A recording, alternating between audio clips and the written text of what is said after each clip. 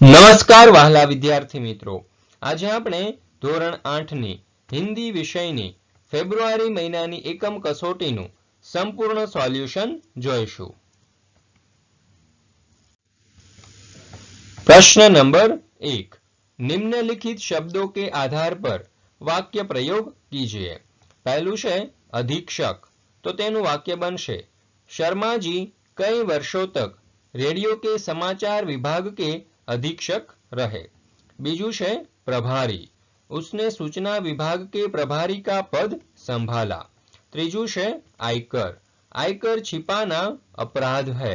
पांचमू है प्रशासन, पूर्व सूचना मिलने पर भी प्रशासन ने कोई सक्रियता न दिखाई। पांचमू है सचिव, मंत्री ने अपने सचिव को बुलाया। प्रश्न नंबर 2, दिए गए परिच्छेद का हिंदी में अनुवाद कीजिए। हिरण नदीना पश्चिम बाजुए सूरज दादा विदाय लई रह्या छे। संध्या टाणे पंखीओना टोळा पोताना माळा भणी उड़ी रह्या छे। भैंसोनुं खांडू अने गायोना धण पोताना मालिकना घर भणी वળી रह्या छे। त्यारे झरमर झरमर वर्षानी शरूआत थई। सौ असह्य गरमीनी पीड़ामांथी मुक्तिनो आनंद लई रह्या हता। मात्र मानव ज नहीं, पशु पक्षी अने जीव जंतु पण शांति अनुभववा लाग्या। हिरन नदी की पश्चिम की तरफ सूरज दादा विदा ले रहे हैं। संध्या के समय पक्षियों की टोलियां अपने घोंसले की ओर उड़ रही है। भैंसों का झुंड और गायों का समूह अपने मालिक के घर की तरफ लौट रहा था। उस समय रिमझिम वर्षा शुरू हुई। लोग असह्य गर्मी की पीड़ा से मुक्ति का आनंद ले रहे थे। केवल मनुष्य ही नहीं, पशु पक्षी और जीव जंतु भी शांति का अनुभव करने लगे। प्रश्न नंबर 3, सूचना अनुसार उत्तर लिखिए। पहलू, शब्दकोश क्रम के मुताबिक प्रथम स्थान में आने वाले शब्द ढूंढिए। અહીં આપણને વિકલ્પ આપેલા છે અભ્યાસ, અભિનંદન, મહકના અને શાયર। તો જવાબ આવશે વિકલ્પ સી અભિનંદન। બીજું, शब्दकोश क्रम के मुताबिक सही विकल्प चुनिए। महकना विनय शायर, संग्राम हमदर्द संध्या, आंगन इंसान उदास, बंदी मुस्कान मंजिल। जवाब आवशे आंगन इंसान उदास। शब्दकोश क्रम के मुताबिक तीसरे स्थान में आने वाले शब्द ढूंढिए। અહીં આપણને શબ્દ આપેલા છે ઉપર, ઘાટી, गिरजाघर के बंद।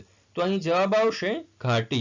ત્યાર પછી ચોથું, शब्दकोश क्रम में लिखिए विनायक, संध्या, प्रगति, महकना और चिराग। तो जवाब आवशे चिराग, प्रगति, महकना, विनय और संध्या। प्रश्न नंबर 4, निम्नलिखित परिच्छेद को पढ़कर प्रश्नों के उत्तर लिखिए।